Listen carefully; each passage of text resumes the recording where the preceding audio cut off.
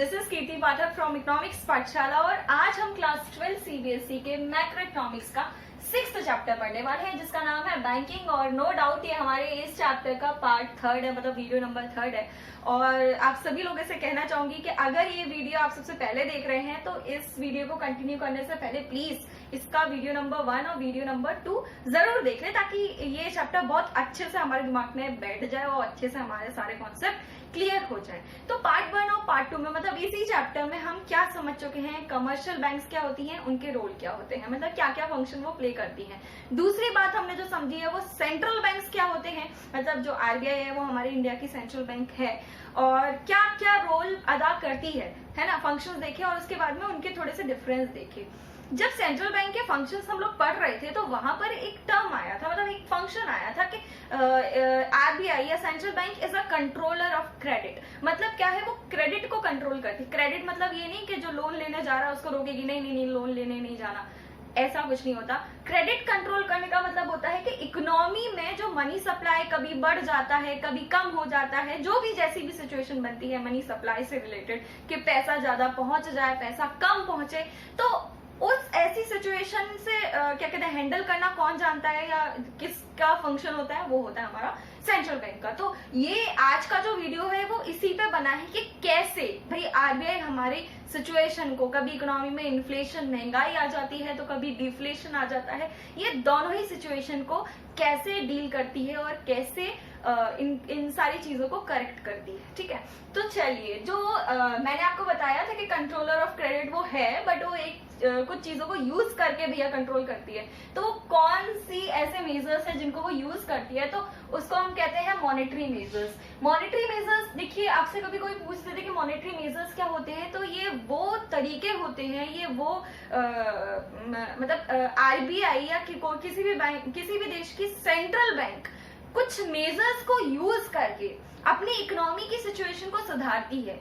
Either it is inflation और deflation, कैसी भी सिचुएशन हो, इन्फ्लेशन हो डिफ्लेशन हो, कोई प्रॉब्लम नहीं है, लेकिन कुछ ऐसी चीजें, कुछ ऐसे मेजर्स जिनको यूज करके ऐसी या क्रेडिट को कंट्रोल किया जाए, तो उन मेजर्स को हम कहते हैं मॉनेटरी मेजर्स। भैया ये आरबीआई के हाथ के अंदर ही है, मतलब वही ये काम करता है, इसके अलावा किसी भी इकोनॉमी में कोई और ये काम नहीं करता। ठीक है, चलिए तो monetary measures has been classified into 2 parts. पहला हमारा आता है क्वांटिटेटिव, दूसरा हमारा होता है क्वालिटेटिव। बड़े सुंदर से 2 नाम है, क्वांटिटेटिव और क्वालिटेटिव मेजर्स। इनको अलग करने की क्या जरूरत पड़ गई, भाई कंट्रोल कर रहे हैं ना, तो ये सारी की सारी चीजें कंट्रोल कर रही है, इनको क्लासिफाई क्यों किया गया। देखिए, क्लासिफाई करने का सिर्फ एक कारण है कि जब हमारे इन चारों को यूज करके जब पूरे इकोनॉमी में जितने सेक्टर्स हैं उनमें क्रेडिट की कंट्रोल हो जाए, मतलब ये मानिए जब एक छोटे से स्टेप से आपके घर में पूरा का पूरा चेंज आ जाए तो वो मेजर्स आपके क्या हो जाएंगे, क्वांटिटेटिव मेजर्स। सिंपल भाषा में समझना चाहें तो आरबीआई कुछ ऐसे मेजर्स को यूज करती है क्रेडिट कंट्रोल करने के लिए जो इकोनॉमी के ऑलमोस्ट सारे सेक्टर्स में क्रेडिट को कंट्रोल कर दें, सिर्फ 1 2 3 नहीं, ऑलमोस्ट सभी। तो वो मेजर्स कहलाते हैं हमारे क्वांटिटेटिव मेजर्स। जबकि क्वालिटेटिव मेजर्स जो होते हैं वो ना पर्टिकुलर किसी सेक्टर में या किसी सेक्शन में कहीं ना कहीं क्रेडिट को कंट्रोल करने के लिए किए जाए। मतलब जब कहते हैं ना कि अगर एक रूम में कहीं कोई दिक्कत आती है तो उसको सही किया जाता है, ये नहीं कि जाके हम पूरा घर तोड़ें। ठीक है, तो कुछ इसी तरीके से क्वालिटेटिव और क्वांटिटेटिव मेजर्स को इन लोगों ने अलग अलग किया है। क्वालिटेटिव मेजर्स के अंदर जो चीजें आती हैं वो हमारी 4 हैं। क्वालिटेटिव मेजर्स के अंदर भी मैंने यहाँ पे 4 चीजें मेंशन की हैं। कई बुक्स में सिर्फ 2 चीजें देखने को मिल जाएंगी, कई बुक्स में 3 चीजें देखने को मिल जाएंगी, बट मैंने यहाँ पे 4 आपको बताई हैं। तो क्वांटिटेटिव मेजर्स में 4 जो चीजें हैं वो, पहला इसको एक एक करके समझेंगे, बट अभी तो थोड़ा सा एक इंट्रोडक्शन फ्रेंडशिप कर लें कि भैया ये 8 की 8 चीजें हैं क्या। तो पहली जो मुलाकात होगी वो होगी हमारी बैंक रेट और रेपो रेट, मतलब ये रेट ही है और इन दोनों से बात करेंगे, इन दोनों को समझेंगे थोड़ी सी देर में। तो पहले तो इसको यूज करके ये हमारे क्रेडिट को कंट्रोल कर लेते हैं। दूसरा जो मेजर है, हथियार है, वो है अपना ओपन मार्केट ऑपरेशन, मतलब इनको यूज करके भी एज यूजुअल क्रेडिट कंट्रोल होता है। नेक्स्ट जो 2 आते हैं हमारे क्वांटिटेटिव में वो होता है CRR एंड नेक्स्ट होता है SLR। What is the full form of CRR? Cash reserve ratio और एसएलआर का फुल फॉर्म होता है स्टैट्यूटरी लिक्विडिटी रेशियो। ये क्या होते हैं समझते हैं थोड़ी देर में। क्वांटिटेटिव मेजर्स में भी 4 चीजें हैं। पहला आता है हमारा MRR, जिसको कहते हैं मार्जिन रिक्वायरमेंट रेट। अब इसको यूज करके किसी भी पर्टिकुलर सेक्टर में हम अपने क्रेडिट को कंट्रोल कर सकते हैं, not for the general purpose. हाँ, तो भाई ये क्वालिटेटिव मेजर्स के अंदर चला गया। राशनिंग ऑफ क्रेडिट, कई लोग इसको रेशनिंग भी पढ़ते होंगे, बट आप जिसमें भी कंफर्टेबल है, मैंने दोनों ही टर्म बोल दिए हैं, राशनिंग और रेशनिंग। तो rationing of credit, moral suasion and direct action, मतलब ये 8 हथियार हैं किसके पास, आरबीआई के पास। उनसे क्या करता है, क्रेडिट को कंट्रोल करता है। चलिए इन 8 के बारे में, मतलब जो अलग अलग 4 चीज है उन सब के बारे में तो हम पढ़ेंगे। पहले तो हम समझ लें कि ये कंट्रोल किसको करना है ना। मतलब ऐसी सिचुएशन क्या होती है जिसको कंट्रोल करने की जरूरत पड़ रहा है। देखिए अपने 12th क्लास में अपन को सिर्फ 2 चीजें देखनी है, एक देखनी है इन्फ्लेशन और दूसरी देखनी है डिफ्लेशन। चलिए इन्फ्लेशन क्या होता है, ठीक है, ये तो हम इंडियन इकोनॉमिक्स में पढ़ेंगे। एक अच्छी खासी बुक है जिसमें हम ये चीजें अच्छे से समझेंगे। बट अभी आप इतना समझ लीजिए कि इन्फ्लेशन कब आता है किसी इकोनॉमी में। इन्फ्लेशन तब आता है, महंगाई महंगाई इकोनॉमी में तब होती है, या कोई चीज महंगी तब होती है जब उसकी डिमांड बढ़ जाए। ठीक है, मान लीजिए ये चौक है, बहुत छोटी सी चौक है, इसकी रेट तब बढ़ेगी जब इसको मांगने वाले इंसान बहुत होंगे। जैसे मेरे पास एक चौक है, मुझसे मांगने भी एक इंसान आया है, तो इसकी जो नॉर्मल रेट होगी मैं उसी रेट पर उसको दे दूंगी, ठीक है। बट अगर इस छोटे से चौक को मांगने के लिए 100 लोग खड़े हो जाएं, 100 लोग इसको चाहें कि मुझे ये चौक मिल जाए, तो कहीं ना कहीं मुझे उन 100 में से किसी एक को चूज करने के लिए इसकी रेट हाई करनी पड़ेगी। तो कहीं ना कहीं आप एक चीज समझ लीजिए कि अगर इकोनॉमी में इन्फ्लेशन है तो इसका सीधा सीधा मतलब यह है कि इकोनॉमी में डिमांड ज्यादा है, एक्सेस डिमांड है, बहुत ज्यादा डिमांड है, ठीक है।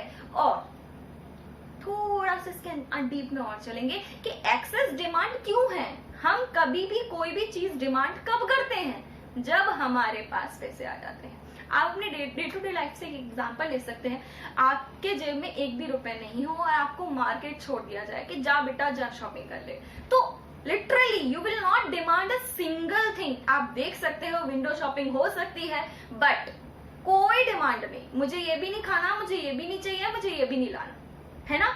बट जैसे ही आपको पैसे मिल जाते हैं क्या होता है, हमारे डिमांड्स क्रिएट होने लगते हैं, ठीक है। जब सैलरी 15,000 होती है तो साइकिल की डिमांड होती है, 50,000 होती है तो स्कूटी की डिमांड होती है, 1 लाख पर मंथ की सैलरी होती है तो कहीं ना कहीं जोड़ जुड़ा के कार चाहिए। धीरे धीरे करके भैया लोग पर्सनल हेलीकॉप्टर चॉपर्स भी अपने अपने रखते हैं। तो क्या होता है कि जैसे जैसे मनी की सप्लाई बढ़ती है ना इकोनॉमी में, या पैसा बढ़ता है किसी के पास, तो डिमांड भी सॉरी तो डिमांड भी बढ़ती है, ठीक है।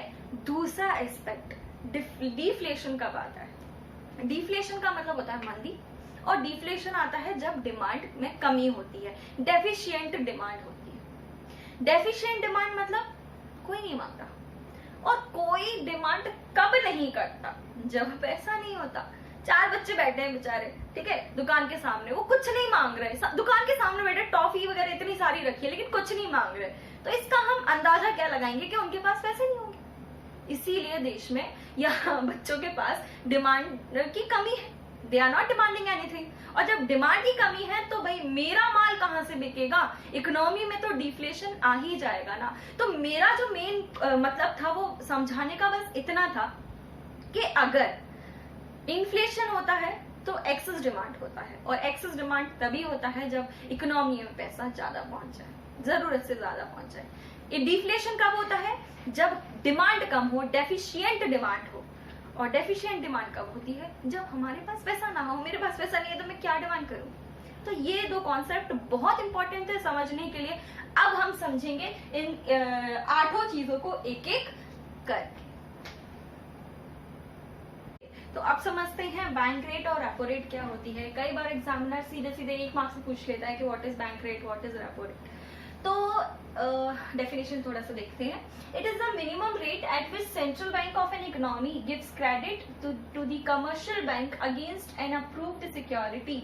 तो ये एक ऐसी रेट, ऐसा ब्याज का दर जिस दर पर जो हमारी सेंट्रल बैंक होती है ना, वो कमर्शियल बैंक को क्या करती है, क्रेडिट प्रोवाइड करती है, लोन देती है। ठीक है, तो जब वो लोन देती है तो सिंपल सी बात है, कहने को फादर हैं ये, बट कहीं ना कहीं इंटरेस्ट तो ये लोग चार्ज कर ही लेते हैं। तो जब कमर्शियल बैंक को लोन दिया तो उसके ऊपर जो इंटरेस्ट चार्ज होता है ना, उस इंटरेस्ट रेट को हम बैंक रेट कहते हैं, बैंक रेट या रेपो रेट। अब छोटा सा डिफरेंस यहाँ पे जो बैंक रेट में आता है और रेपो रेट में देखने को मिलता है, वो बैंक रेट किसके लिए लगती है, for the long term loans. अगर लंबे समय के लिए लोन लिया जाए और उस पर जो रेट लगती है उसको तो हम बैंक रेट कहते हैं। रेपो रेट होती है, वो होती है for the short term loans. अगर छोटे टाइम के लिए किसी कमर्शियल बैंक ने सेंट्रल बैंक से लोन ले रखा है तो उस पे जो रेट लगेगी वो होगी रेपो रेट। और इन दोनों ही रेट में छोटा सा बिल्कुल हल्का फुल्का सा डिफरेंस रहता है जो कि सेंट्रल बैंक मेंटेन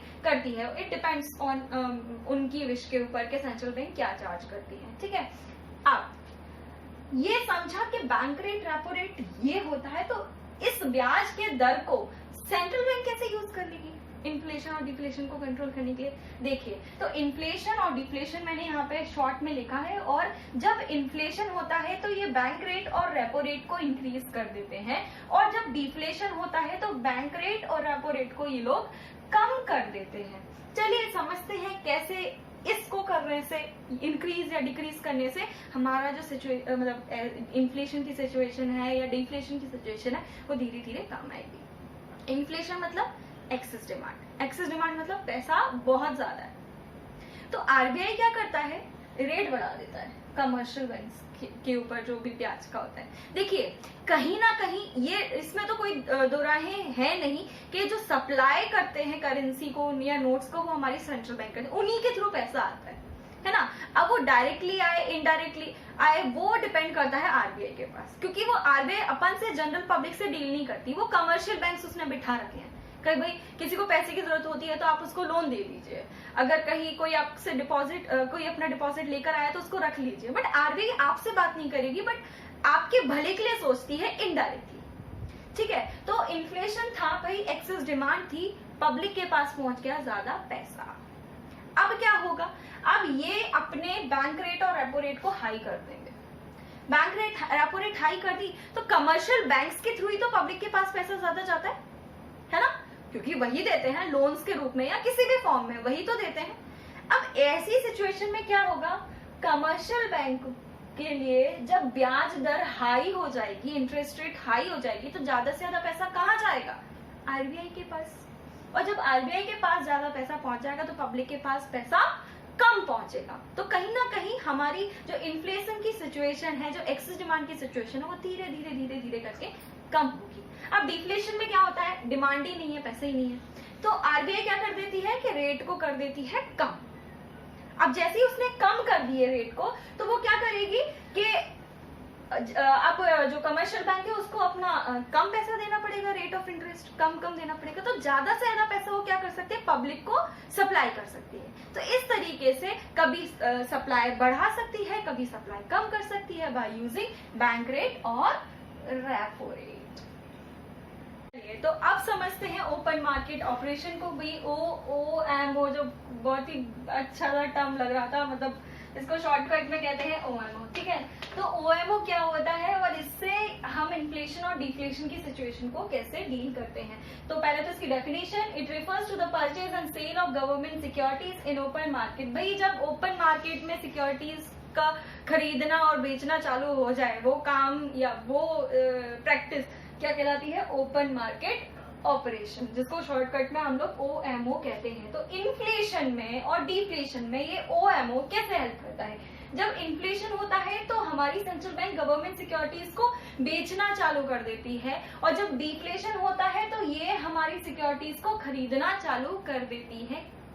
कैसे करती हैं और इसको करने से क्या होता है। चलिए, इन्फ्लेशन मतलब एक्सेस डिमांड मतलब पैसा लोगों के पास ज्यादा, चिल्ला रहे हैं मुझे चाहिए, मुझे चाहिए, मुझे ये चाहिए, मुझे वो चाहिए, इकोनॉमी में भयंकर महंगाई। ऐसी सिचुएशन में जो आरबीआई है ना, वो कहता है अच्छा पब्लिक के पास ज्यादा पैसा पहुंच गया है, चलो ठीक है, उनसे हम इनडायरेक्टली लेते हैं, तो ये अपनी सिक्योरिटीज को, गवर्नमेंट सिक्योरिटीज को क्या करने लगते हैं, बेचना चालू कर देते हैं। तो सभी लोग यार इंटरेस्टेड होते हैं गवर्नमेंट सिक्योरिटीज को खरीदने के लिए, तो सब पहुंच जाते हैं अपने अपना पैसा लेके कि भी मुझे खरीदना है। तो जब सेलिंग स्टार्ट हो जाती है तो ज्यादा से ज्यादा पैसा कहाँ आ जाता है, इनडायरेक्टली अगर देखा जाए सेंट्रल बैंक के पास, कि जो सेंट्रल बैंक को लगता है कि यार पैसा ज्यादा पहुंच गया, इस ज्यादा पहुंचने के चक्कर में इन्फ्लेशन ये लोग कर रहे हैं, डिमांड हाई कर रहे हैं, तो वो कंट्रोल करना भी जानती है, बेचेगी सिक्योरिटीज, आपसे पैसा ले लेगी और ब्लॉक कर देगी। ठीक है, डिफ्लेशन में क्या होगा, भाई लोग डिमांड ही नहीं कर रहे, लोगों के पास पैसा ही नहीं है, तो ये क्या करेंगे, उन सिक्योरिटीज को खरीदना चालू कर देंगे, हर किसी के पास जाएंगे कि भाई कुछ बेचना है, लाओ हम तुमसे वो सामान खरीद लेते हैं और पैसा मिल जाएगा। तो जब लोगों के पास पैसा पहुंचाना होता है तो ये परचेजिंग करना चालू कर देती है आरबीआई या सेंट्रल बैंक, परचेजिंग कर देगी तो फिर कहीं ना कहीं लोगों के पास पैसा पहुंचता है। तो ये छोटा सा स्टेप है जिसके थ्रू इन्फ्लेशन और डिफ्लेशन की सिचुएशन को कंट्रोल किया जा सकता है। तो अब समझते हैं सीआरआर। सीआरआर का फुल फॉर्म क्या होता है, कैश रिजर्व रेशियो। बच्चों बहुत इंपॉर्टेंट है, एग्जाम में 1 मार्क्स में तो पूछ ही लेगा, ठीक है, इतना समझ के चलना। तो इसकी डेफिनेशन हमें बहुत अच्छे से याद होनी चाहिए, या फिर इसका कॉन्सेप्ट बहुत अच्छे से समझ में आ जाना चाहिए। तो what does it mean, it is the minimum percentage of deposits of commercial bank which is kept with RBI as a reserve, कह सकते हैं एज अ रिजर्व। भाई ये जो रेशियो है, ये रेशियो क्या है, आरबीआई बोल देता है कमर्शियल बैंक्स को कि भाई आपको अपने टोटल डिपॉजिट्स का कुछ परसेंट रिजर्व रखना होगा, किसके पास, हमारे पास।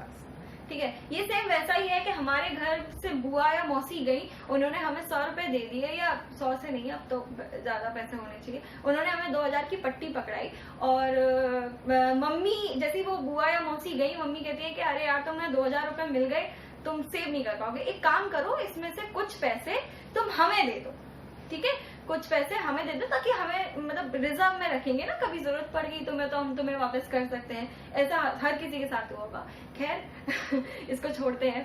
कैश रिजर्व रेशियो में भी ये कमर्शियल बैंक्स को सेंट्रल बैंक यही कहती है कि आपके पास जितना डिपॉजिट है ना उसको कुछ रिजर्व में रखो, क्या पता कल को क्या हो जाए। ठीक है, तो रिजर्व भी रखो, और आरबीआई ये भी बोलता है कि रिजर्व तो रखना ही है आपको, वो हम बताएंगे कितना रखना है। दूसरी चीज, आपको हमारे पास रखना है, आप अपने पास रिजर्व में नहीं रखेंगे, क्योंकि मम्मियों को या आरबीआई को मतलब भरोसा नहीं होता ना, तो कहीं ना कहीं ये टोटल डिपॉजिट्स का कमर्शियल बैंक्स के कुछ परसेंटेज कमर्शियल बैंक को मेंटेन करना पड़ता है एज अ रिजर्व, किसके पास, आरबीआई के पास। ठीक है, तो ये तो हुआ हमारा कॉन्सेप्ट समझना कि सीआरआर क्या होता है। ये डिपॉजिट्स का टोटल परसेंटेज है जो रिजर्व में रखेंगे, कहाँ, आरबीआई के पास। तो चले समझते हैं इन्फ्लेशन और डिफ्लेशन में क्या होता है। आरबीआई बोल देती है सीआरआर हमने बढ़ा दिया है, डिफ्लेशन बोल देती है सीआरआर हमने कम कर दिया है। अब ऐसा करने से क्या होता है, जब सीआरआर हाई हो जाता है, देखिए money supplied by the RBI, लेकिन इनडायरेक्टली सप्लाई किया जाता है, कमर्शियल बैंक्स के थ्रू किया जाता है। तो जब इन्फ्लेशन है, डिमांड हाई है, पैसा ज्यादा पहुंच गया लोगों के पास, बहुत ज्यादा चिल्ला रहे हैं सबके सब, चाहिए चाहिए चाहिए। ठीक है, तो जब इन्फ्लेशन का दौर आता है तो आरबीआई कह देते हैं चलो बस करो कमर्शियल बैंक्स, आपको क्या करना है, अब ज्यादा से ज्यादा पैसा रिजर्व में रखना है मेरे पास, आप बाहर वाले लोगों को नहीं दोगे। ठीक है, तो कहीं ना कहीं सीआरआर को इंक्रीज करके ये क्या करते हैं, ज्यादा से ज्यादा पैसा को रिजर्व कर लेते हैं ताकि कम से कम अमाउंट बाहर पब्लिक तक पहुंच पाए और इन्फ्लेशन की सिचुएशन को हेल्प करने में, मतलब डील करने में हेल्प मिले। डिफ्लेशन में क्या होता है, भाई कोई डिमांड ही नहीं कर रहा, किसी के पास पैसे ही नहीं है, पैसा पहुंचाना है मार्केट तक, तो क्या किया जाएगा, सीआरआर को कम करने के लिए बोल दिया जाएगा कि बैंक्स आप अपने कैश रिजर्व रेशियोज को कम कर दीजिए, मतलब मेरे पास कम रिजर्व करिए, ज्यादा से ज्यादा पैसा बाहर भेजिए। तो इसके थ्रू भी इन्फ्लेशन और डिफ्लेशन की सिचुएशन को हम सीआरआर से कंट्रोल कर सकते हैं। तो अब हम समझ रहे हैं अपने जो लास्ट टॉपिक है हमारे क्वांटिटेटिव मेजर्स का, वो है स्टैट्यूटरी लिक्विडिटी रेशियो। चलिए, स्टैट्यूटरी लिक्विडिटी रेशियो क्या होता है, इसकी डेफिनेशन देखेंगे तो it is the minimum percentage of deposits of commercial banks which every bank is required to maintain with itself in the form of liquid assets। ये क्या होता है, अगर आम भाषा में समझा जाए तो सारे कमर्शियल बैंक्स के पास डिपॉजिट्स होते हैं, उसका कुछ परसेंट आरबीआई बोल देती है सारे कमर्शियल बैंक्स को कि आपको रिजर्व में रखने हैं। किसके पास? अपने पास भी रख सकते हो। हाँ, यहाँ पे इट्स जरूर है, बट ये उनके ऊपर होता है कि आप मेरे पास रिजर्व में रखना चाहते हो तो मेरे पास रख दीजिए, अगर अपने पास रखना चाहते हो रिजर्व में तो अपने पास रखिए, but you have to maintain the reserve. और रिजर्व भी किस तरीके से मेंटेन करना है? कैश में नहीं, लिक्विड एसिड्स फॉर्म में। मतलब कैश भी लिक्विड एसिड होती है, बट आपको लिक्विड एसिड के फॉर्म में अपने रिजर्व्स को मेंटेन करना है according to that central bank. तो इस रिजर्व को कहते हैं हम स्टैट्यूटरी लिक्विडिटी रेशियो। सीआरआर और एसएलआर पार्ट हैं लीगल रिजर्व रेशियो, जो हमने कमर्शियल बैंक में वो पैसा बनाने वाली बातें सीखी थी ना कि LRR is mandatory reserve that every commercial bank have to maintain. बस वो यही है सीआरआर और एसएलआर। तो एसएलआर भाई टोटल डिपॉजिट्स का कुछ परसेंटेज होता है जो कमर्शियल बैंक्स को अपने पास रखना होता है as a reserve in a liquid asset form. Okay, चलिए इन्फ्लेशन होगा तो क्या करेंगे, डिफ्लेशन होगा तो क्या करेंगे। इन्फ्लेशन होगा तो एसएलआर बढ़ा दिया जाएगा, डिफ्लेशन होगा तो एसएलआर कम कर दिया जाएगा, हूबहू सीआरआर की तरह। कैसे काम करेगा ये? जब इन्फ्लेशन होगा, डिमांड हाई होगी, लोगों के पास पैसा ज्यादा होगा, तो एसएलआर को बढ़ाने से क्या होगा? कमर्शियल बैंक्स को रिजर्व ज्यादा मेंटेन करने होंगे, वो मेंटेन ज्यादा करेंगे रिजर्व्स, तो बाहर पैसा कम दे पाएंगे। धीरे धीरे अपने आप ही सप्लाई जब कंट्रोल हो जाएगी तो इन्फ्लेशन की सिचुएशन कम आ जाएगी, मतलब ठीक हो जाएगी। डिफ्लेशन में क्या होगा कि डिक्रीज कर देते हैं रिजर्व्स को कि भाई कम कम मेंटेन करो रिजर्व, ज्यादा से ज्यादा पैसा बाहर दो, किसी भी रूप में कैसा भी लोन दो। आजकल तो हर चीज फाइनेंस पे हो रही है, इवन आप मोबाइल भी उठाओगे वो भी फाइनेंस पे हो रही है, ठीक है। और तो हम लोग एसएलआर को डिक्रीज कर देंगे, रिजर्व्स कम कर देंगे, मेंटेन करना कह देंगे कि कम मेंटेन करो, बाकी का जितना पैसा बचता है बांटो भैया, सप्लाई करो, ठीक है। तो जब सप्लाई होगा तो कहीं ना कहीं डिफ्लेशन की सिचुएशन को डील करने में मदद मिलेगी। तो ये जो हमारे 4 कॉन्सेप्ट थे, ये हमारे एक जो अलग पैटर्न था उस मेजर से रिलेटेड है। अब हम अलग बात पढ़ेंगे, तो अब समझेंगे क्वालिटेटिव मेजर्स। तो क्वालिटेटिव मेजर्स में जो सबसे पहले नाम आता है वो आता है MRR, मार्जिन रिक्वायरमेंट रेट। ये क्या होता है? It is the difference between market value of security offered against the loan and the amount of loan granted. देखिए, इसको समझने के लिए मैं एक एग्जांपल लूंगी। मान के चलिए मैं बैंक गई, किसी कमर्शियल बैंक गई और मैंने उनसे कहा कि भाई मुझे लोन चाहिए। लोन की अमाउंट बोली कि मुझे 10 लाख का लोन चाहिए। तो जब भी लोन मांगने जाते हैं तो हमें कहीं ना कुछ कोलेट्रल के रूप में देना होता है, जो भी सिक्योरिटी हम उनको देंगे और उसके ही अगेंस्ट में हमें लोन मिलेगा। तो मैं 10 लाख की अपनी प्रॉपर्टी का जो क्या कहते हैं कागजात थे वो सारे लेके गई एज अ कोलेट्रल, ताकि मुझे पैसा मिल जाए लोन के रूप में। तो जब मैंने लोन मांगा 10 लाख का और 10 लाख का ही पूरा टोटल जिसकी अमाउंट 10 लाख थी वही सिक्योरिटी मैंने उनको दी, और जब लोन वगैरह सब सैंक्शन हुआ तो मुझे हाथ में मिले 8 लाख रुपए। तो मैंने जब मांगे 10 लाख थे, मुझे 8 लाख रुपए मिले, तो मैंने सर को बोला कि सर ये 2 लाख रुपए कहाँ गए? तो उन्होंने कहा मैम ये हमारा MRR कट गया है, मतलब मार्जिन रिक्वायरमेंट रेट जो है ये हमारे यहाँ का उसूल है, हमें इसको मेंटेन करना है। तब मुझे समझ नहीं आता, तो आज ये पूरी डेफिनेशन पढ़ के हमें समझ आ गया और मैं समझाने की कोशिश करती हूँ कि क्या होता है कि जब भी हम जितना लोन मांगने जाते हैं हमें वो टोटल अमाउंट नहीं मिलती, कुछ कट पिट के ही मिलता है। तो वो जो कट पिटना होता है मतलब एक ऐसा रेट जो ये बता दे कि आपने जितनी सिक्योरिटी हमें अदा की है और हम आपको जितना लोन दे रहे हैं उसके बीच का डिफरेंस, मतलब 10 लाख माइनस 8 लाख, तो जो 2 लाख था वो था हमारा मार्जिन रिक्वायरमेंट रेट, ठीक है। अब इसको यूज करके हम जो आरबीआई है वो कैसे क्रेडिट कंट्रोल करती है? तो जब इन्फ्लेशन होता है, एक्सेस डिमांड होती है, पैसा लोगों के पास ज्यादा होता है, तो एमआर को बढ़ा देती है। मतलब ऐसे रेट, मतलब पैसे की जो कटौती होगी वो ज्यादा हो जाएगी। जैसे रेट बढ़ा दी 10 लाख पे, उन्होंने बोल दिया कि अब आपको ना क्या करना है 40% एमआर रेट है, तो मुझे कितने पैसे मिलेंगे? मैं 10 लाख की सिक्योरिटी जमा करूंगी बट मुझे मिलेंगे 6 लाख। क्यों? 40 तो एमआर कट गया, मतलब 40% तो एमआर कट गया।